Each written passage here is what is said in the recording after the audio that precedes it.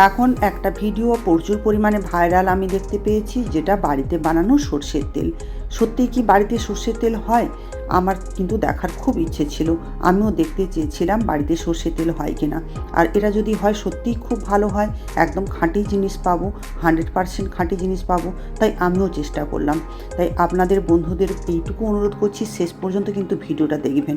আমি 1.5 কেজি সর্ষে নিয়েছি, আর 1.5 কেজি সর্ষেতে কতটা সর্ষের তেল আসে খাঁটি, সেটাই আপনারা লক্ষ্য করতে থাকুন।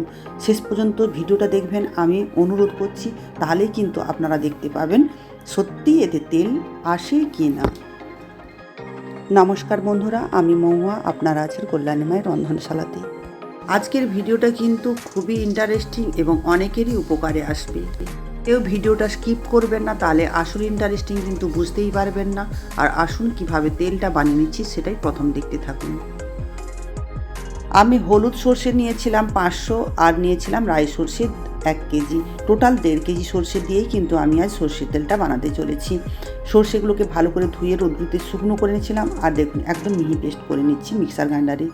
সমস্ত সর্ষেটাকে ঠিক একইভাবে আমি পেস্ট করে নিয়েছি। তারপর দেখুন একটা বড় থালাতে নিয়েছি, আর অল্প অল্প করে জল দিচ্ছি, আর হাত দিয়ে মেখে নিচ্ছি।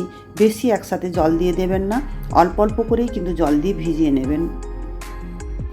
কতটা পরিমাণে ভিজাতে হবে সেটাও দেখিয়ে দিচ্ছি। দেখুন ঠিক এইভাবে যতটা ভিজিয়ে নিয়েছি, হাত দিয়ে মুঠো করলে মুঠো করা যাচ্ছে। এইভাবেই কিন্তু সর্ষেটাকে আপনারা ভিজিয়ে নেবেন। তারপর দেখুন আমি ভিজিয়ে নিয়ে আমি কড়াইতে দিয়ে দিচ্ছি। যেহেতু পরিমাণটা বেশি ছিল, 2টো কড়াই নিয়েছি, আর 2টো কড়াই গ্যাসের উপরে এবার বসিয়ে দিলাম। গ্যাসের ফ্লেমটা জ্বেলে দিলাম। তারপর দেখুন সর্ষেগুলোকে গরম করে নিচ্ছি। এটা গরম করতে বেশি টাইম লাগবে না, মিডিয়াম টু লো ফ্লেমে এটাকে 4-5 মিনিট মতো ধরে আমি গরম করে নিয়েছি। পরিমাণটা একটু বেশি ছিল, তার জন্য একটু টাইম লাগলো। হাত দিয়ে একটু চেকিং করে নিয়েছি। যেই দেখবো যে এগুলো গরম হয়ে গিয়েছে, তারপর দেখবেন গ্যাসটাকে আপনারা বন্ধ করে দেবেন। গ্যাসটা আমি বন্ধ করে দিয়েছি।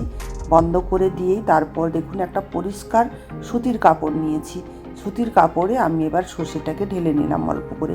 তারপর আমি আপনাদের দেখিয়ে দিচ্ছি তেল বেরোয় কিনা। তারপর হাত দিয়ে দেখুন আমি ঘুরিয়ে নিয়ে চেপে চেপে দেখিয়ে দিচ্ছি আপনাদের। দেখুন আমি তেল বের করানোর কিন্তু চেষ্টা করছি, হাত দিয়ে চেপে চেপে। একটু তেল দেখা দিচ্ছে না, একদম তেল নেই এতে, স্পষ্ট বোঝা যাচ্ছে। সাদা কাপড় কিন্তু একটু হলেও হলুদ হয়ে যেত, হলুদটা হচ্ছে না, মানে একদম তেল নেই। এভাবে কিন্তু তেল বের করানো গেল না। আর এইরকম ভিডিও আমরা দেখি, অনেক সর্ষের তেল বেরোচ্ছে। আসল বাস্তব যেটা, সেটা আমি এখন দেখিয়ে দিচ্ছি। বাস্তব এটা ওপর থেকে তেল দিয়ে দেন ওনারা, তেল দিয়ে দেখিয়ে দেন যে এতটা তেল বেরিয়েছে, কিন্তু আসলে তেল বেরোচ্ছে না।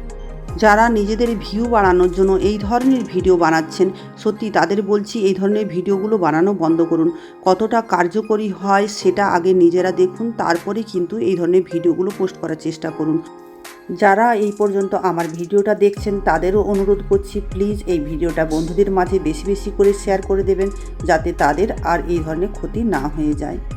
তাই আমার তো ক্ষতি হয়েছেই, এই খোলটা আমি আর কি করব, এটাকে নিয়ে আমি গাছে দিয়ে দেবো, গাছের খাবার হিসাবেই ব্যবহার হবে। কিন্তু এই ক্ষতিটা কিন্তু হওয়া উচিত ছিল না। তা ক্ষতি হলেও কিন্তু আপনাদের এই ভিডিওটা আমি দেখাতে পারলাম, এটাই আমার লাভ হলো। তাই প্লিজ আপনাদের অনুরোধ করছি, যদি আমার ভিডিওটা সত্যিই ভালো লেগে থাকে, তাহলে আমার পাশে থেকে যাবেন, আর আমার চ্যানেলটাকে সাবস্ক্রাইব করে আমার এরকম ভিডিও যদি দেখতে চান আরও, আমি পরবর্তীকালে আরও ভিডিও দেখাবো। আসল বাস্তব কিন্তু আমি তুলে ধরতেও চাই। আমিও নতুন নতুন জিনিস কিন্তু অ্যাপ্লাই করি, দেখি কেমন হয়। কিন্তু যে জিনিসগুলো ক্ষতি হয়ে যায় আমি ভিডিও বানাই না। এটা প্রথমবার হলো এই ধরনের ভিডিওটা আমি বানালাম।